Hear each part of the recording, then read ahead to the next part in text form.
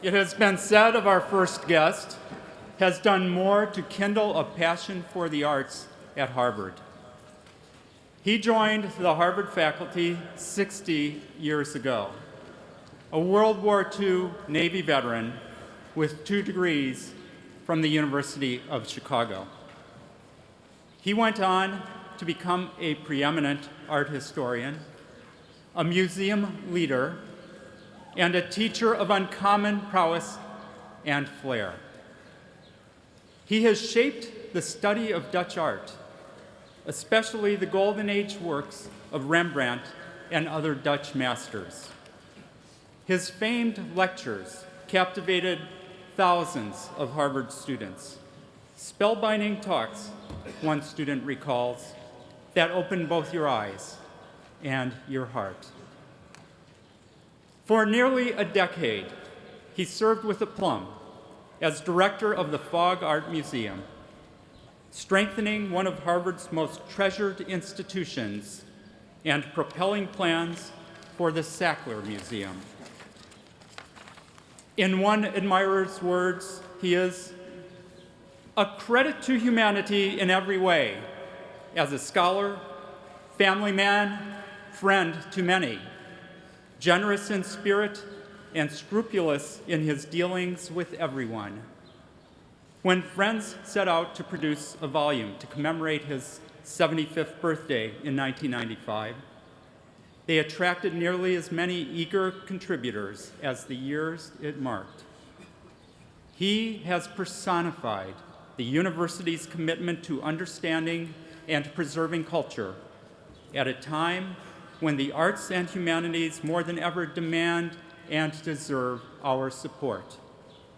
As a colleague writes, for generations of students, he was art history at Harvard. Another said simply this: he is the only man at Harvard I ever loved. We proudly honor Harvard's own Gleason Professor of Fine Arts Emeritus, Seymour Slive.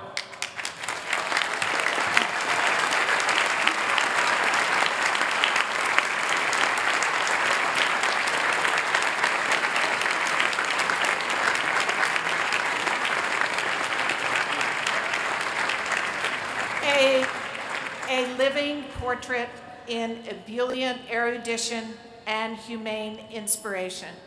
He has masterfully illumined the works of Dutch masters, his own career, a rare work of art.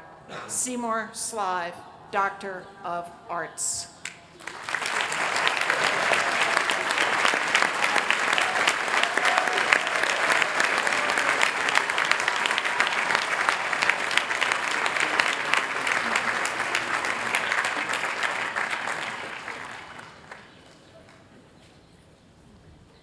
Our next guest has been a pioneer at the crossroads of law, medicine, ethics, and policy, and she has been an exemplar of academic values and common sense in the governance of the university. After a childhood in the segregated South, she came to Massachusetts to attend Wheaton College. She went on to Harvard Law School in an era when the doors of legal education and practice had barely begun to open for African American women. She pursued her devotion to civil rights in positions at the Equal Employment Opportunity Commission and the Department of Justice before launching a 4-decade career at the Georgetown University Law Center. Having served on a landmark commission on protecting human subjects of biomedical research, she played a formative role in shaping the field of bioethics. Over the years, she has applied her expertise and judgment to complex ethical questions posed by everything from human radiation experiments to genomics, from stem cell research to the interplay of bioethics and race. At Harvard, she brought her strong moral compass, her multidisciplinary outlook, and her deep concern for educational opportunity to bear on the work of the Harvard Corporation from 2006 until 2012. She has also played leadership roles on the boards of Wheaton College, the Russell Sage Foundation, and the Kaiser Family Foundation, besides serving on major advisory councils for the National Institutes of Health, the Institute of Medicine, and others. She wears her prodigious accomplishments with humility and grace. We have all been the fortunate beneficiaries of her wisdom. We proudly honor our colleague and friend, Patricia King.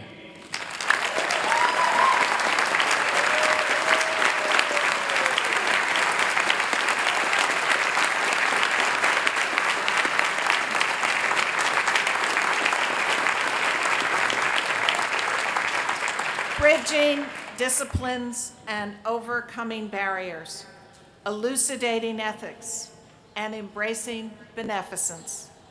A trusted trustee whose sagacity and tenacity always bend the arc towards justice. Patricia Ann King, Doctor of Laws.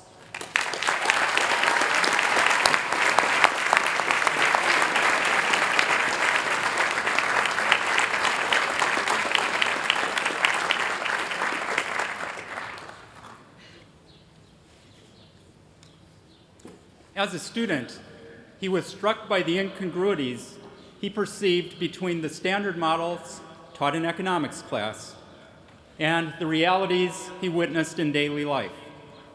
He began to question the invisible hand and to wonder about the limits of markets. In time, he rose to prominence in an array of domains of economics: macroeconomics and monetary theory, development economics and trade, and the distribution of income and wealth, to name a few. Among his academic colleagues, he is perhaps best recognized for shaping the economics of information, in particular, for explaining how uneven access to information affects the operation of markets. His work earned him a Nobel Prize in 2001. His noted books for wider audiences include Globalization and Its Discontents and The Price of Inequality. They reflect his concern for how and when governments should intervene in markets, and how efforts to spur the global economy might be devised to lessen, rather than widen, the growing gap between rich and poor. He served at MIT, Yale, Stanford, Oxford, and Princeton before becoming a university professor at Columbia, where he founded the Initiative for Policy Dialogue and co-chairs the Committee on Global Thought. Deeply engaged with national and international economic policy, he has also served as chairman of the President's Council of Economic Advisors, chief economist of the World Bank, and chair of the UN Commission on Reforming the International Monetary and Financial System.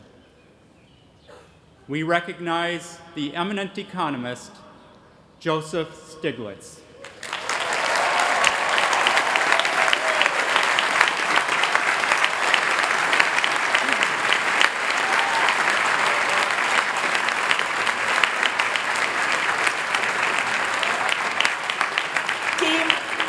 Demarking the limits of markets, discerning global discontents, a paramount progenitor of information economics, who bestrides the spheres of theory and policy.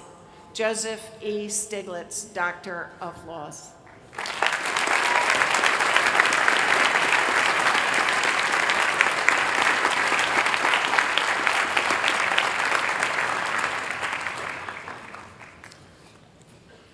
He is one of the world's great plant biologists and a champion of global biodiversity.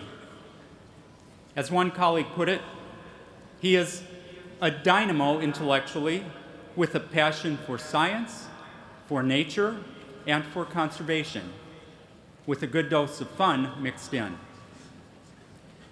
Time magazine hailed him as a hero for the planet. His many honors include the National Medal of Science. He long led the renowned Missouri Botanical Garden while serving as Engelman Professor of Biology at Washington University in St. Louis. A prolific researcher, he helped introduce coevolution, a seminal concept in evolutionary biology. He has also made fundamental contributions in biogeography, folk taxonomy, and pollution studies. A distinguished teacher, he has written leading textbooks on both botany and the environment, and mentored scores of grateful students. An energetic citizen of science, he has been a central figure in the work of both the National Academy of Sciences and the National Geographic Society. Recognized worldwide for his leadership in conservation and sustainability, he has been elected to scientific academies in nearly 20 nations, from Denmark to New Zealand, from Brazil to India. He helped lead a massive project to classify the 31,500 species of plants in China, and has been a catalyst for international scientific collaboration. We salute a man who, in the words of one admirer, has touched the whole world with the power of science and the moral imperative of the conservation of life. Peter Raven.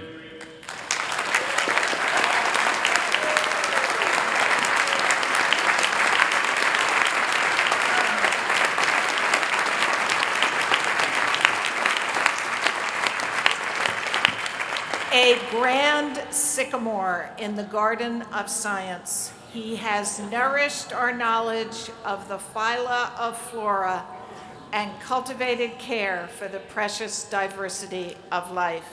Peter Hamilton Raven, Doctor of Science.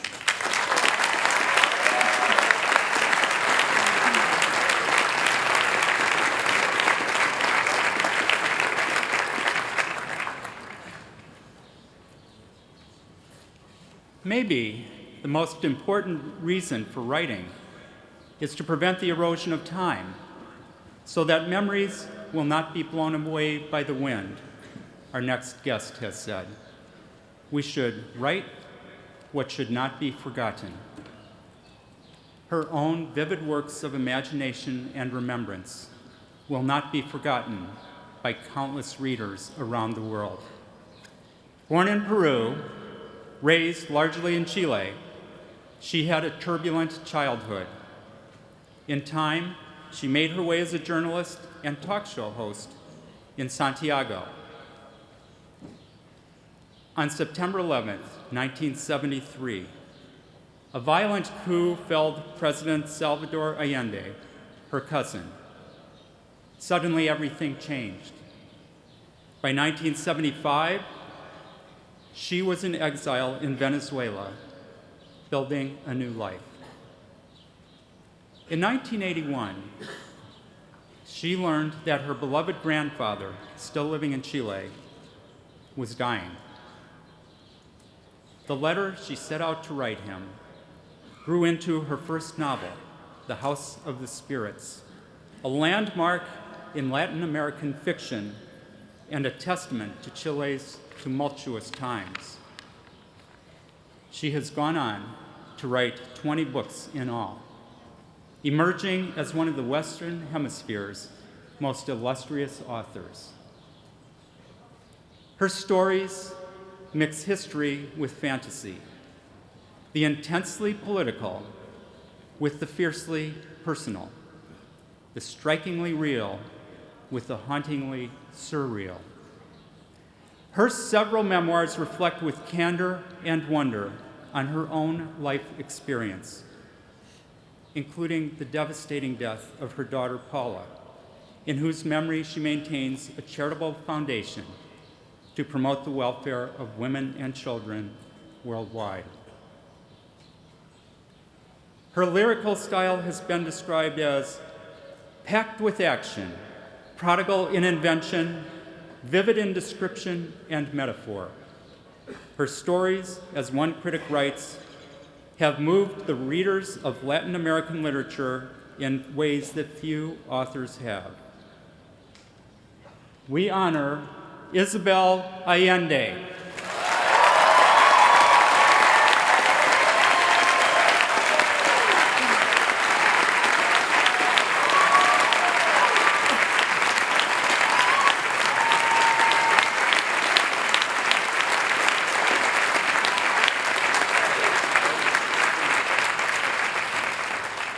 Conjuring memories blown by winds of exile, leavening realism with dashes of magic. She fills her splendorous house of stories with spirits and shadows, anguish and love. Isabel Allende, Doctor of Letters.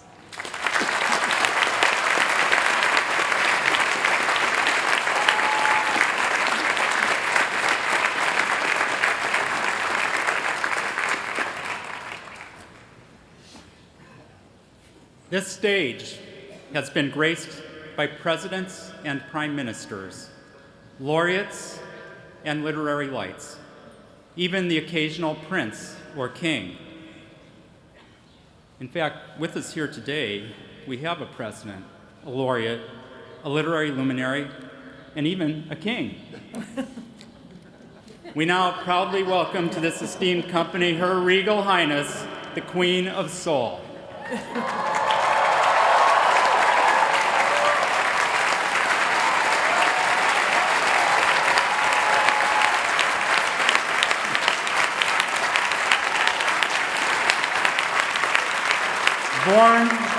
Born in Memphis, raised in Detroit, she was a child prodigy with a voice that shook the rafters of her church. As a teenager, she set out on gospel caravan tours with her father. She soon had a recording contract.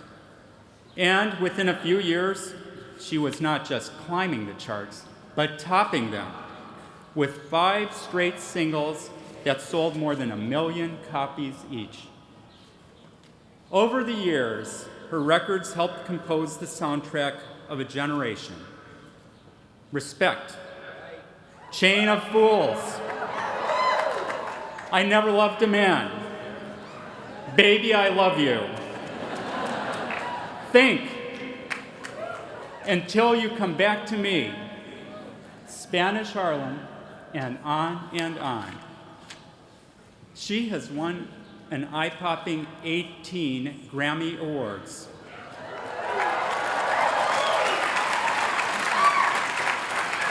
Including the award for Best Female R&B Vocal Performance for an amazing 8 straight years. Her voice has galvanized 3 presidential inaugurations, and it graced the funeral of Dr. Martin Luther King.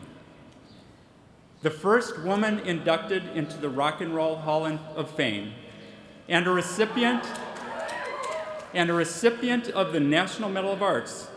She was presented in 2005 with the nation's highest civilian honor, the Presidential Medal of Freedom.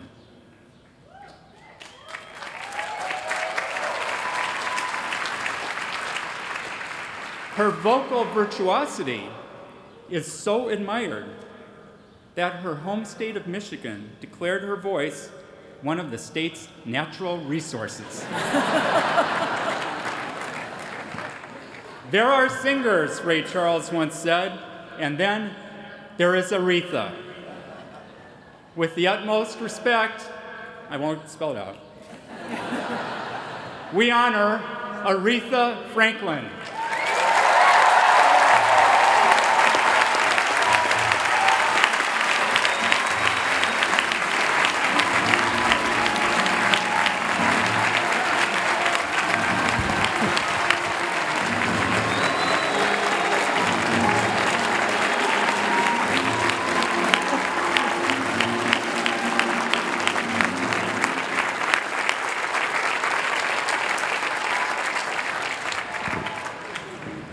Hey band, do that again. We couldn't hear you with the cheering.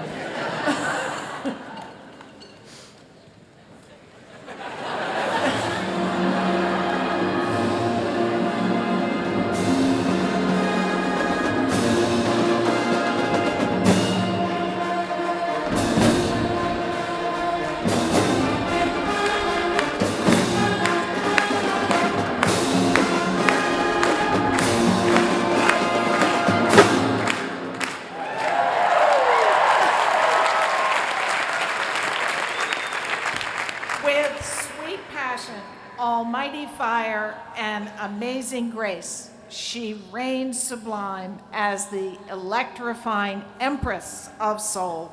For this, our highest honor, she is a natural woman, Aretha Franklin, Doctor of Arts.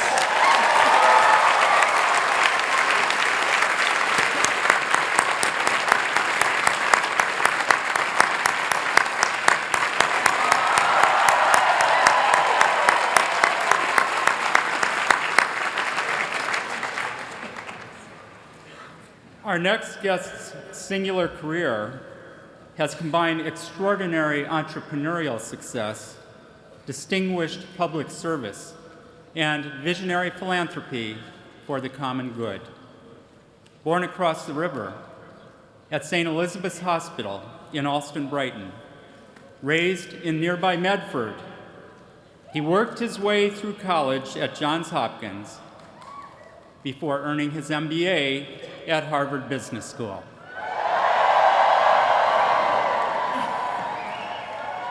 Wall Street beckoned.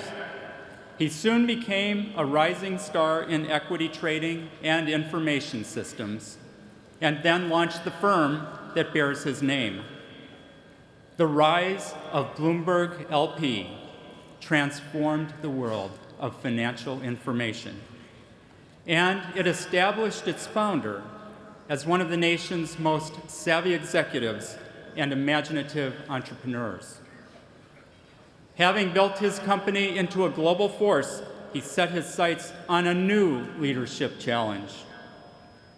3 times, he won election as mayor of the city of New York, serving from 2002 until December of 2013. Over that 12-year tenure, he dedicated himself to enhancing the city's schools, spurring the creation of new jobs, improving public health, nourishing the arts and culture, and confronting the challenge of climate change, all while helping the city navigate the wrenching aftermath of 9/11. As a philanthropist, he has devoted more than $3.3 billion, and counting, of his own resources to an array of worthy causes, education foremost among them. Few figures in our time have made so strong a mark on both business and government, on both the vitality of private enterprise and the creative pursuit of the public good. Let us honor His Honor, Michael Bloomberg.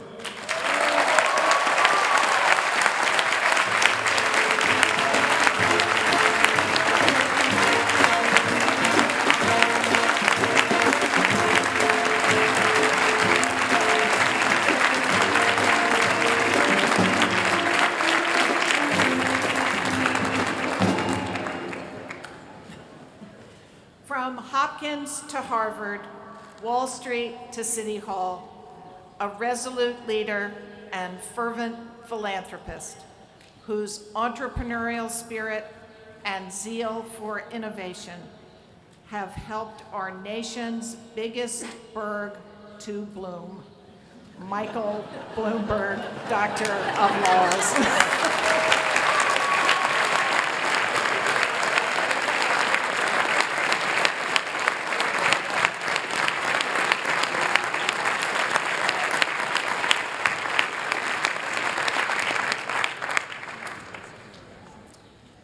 It is seldom on this stage that we take the occasion to honor a former member of the cheerleading squad at Yale.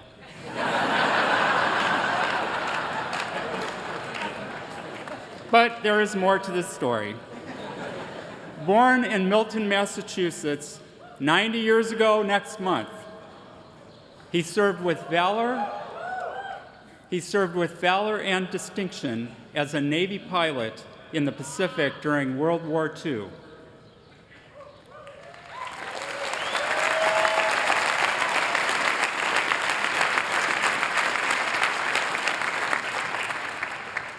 In 1945, he married his sweetheart, Barbara Pierce. Soon after,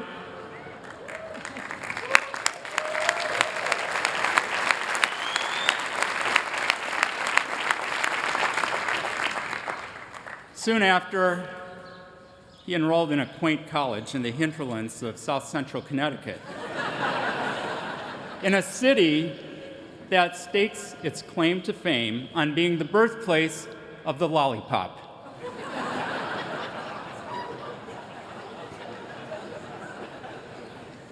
He captained Yale's baseball team as a left-handed first baseman, and he led them to the finals of the College World Series 2 years in a row.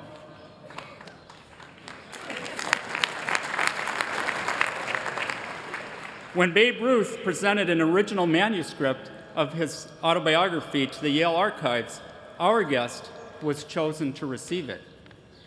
By the 1960s in Texas, he launched his remarkable career in public service.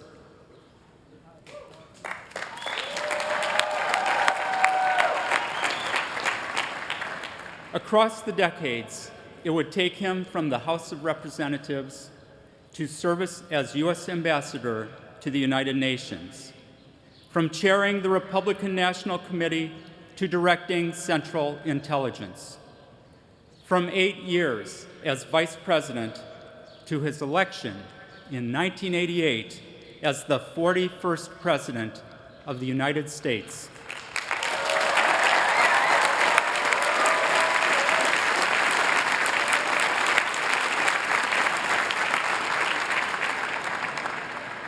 With a clear eye and a steady hand, he led the United States through a transformative time in world affairs. His presidency saw the liberation of Kuwait, the fall of the Berlin Wall, the crumbling of the Soviet Union, the signing of the first 2 strategic arms reduction treaties, and the end of the Cold War.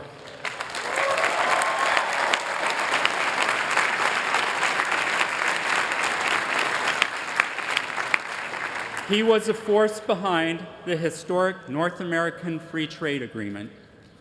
Working with Congress, he championed the Americans with Disabilities Act, the Clean Air Act amendments, the Community and National Service Act, and the Immigration Act of 1990.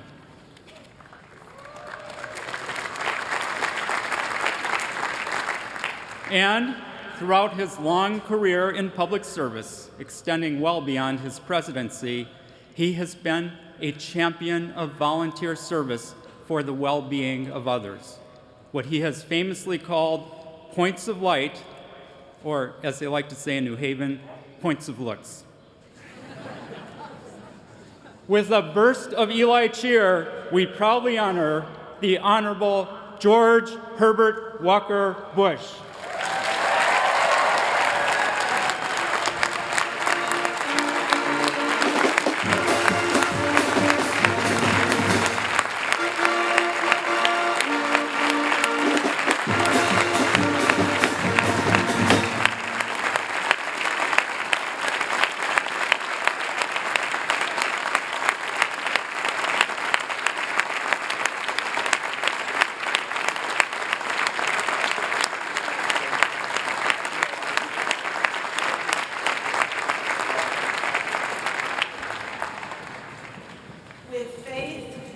Courage, and service true, his eyes ever fixed on points of light. He piloted our nation through changeful skies, His cap was blue, his house was white, and now his robe is crimson. George H.W. Bush, Doctor of Laws.